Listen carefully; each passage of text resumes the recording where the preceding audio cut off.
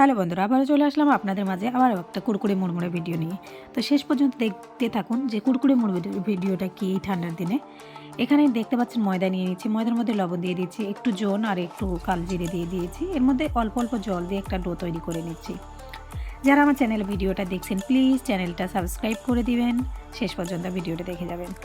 এখানে দেখতে পাচ্ছেন ময়দাটার ডোটা বানিয়ে নিয়েছি আর কিছুক্ষণ আমি রেখে দেবো ঢেকে।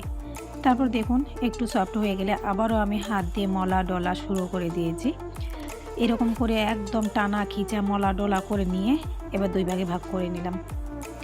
তো এবার আমি আবারও হাত দিয়ে সুন্দর করে গোল একটা ডো বানিয়ে রুটির মতো বেলে নিচ্ছি। তো এখানে মিডিয়াম করে নিতে হবে, না খুব পাতলা না খুব মোটা। এবার দেখতে পাচ্ছেন ধারগুলো আমি এইভাবেই কেটে নিচ্ছি। একটু মোটা বা পাতলাটা ইচ্ছে মতন করে নিতে পারেন, এভাবে শেপ দিয়ে কেটে নিতে হবে অবশ্যই। এভাবে কাটা হয়ে গেলে অবশ্যই আমি অপর পিসটা কীভাবে কেটে নিচ্ছি দেখুন। তো দেখতেই পাচ্ছেন আমি কি বানাতে চলেছি, আপনারা বুঝতে পেরে গেছেন অবশ্যই। তো কুরকুরে মুচমুচে আমি বানাতে চলেছি নিমকি। এভাবেই কেটে নিচ্ছি।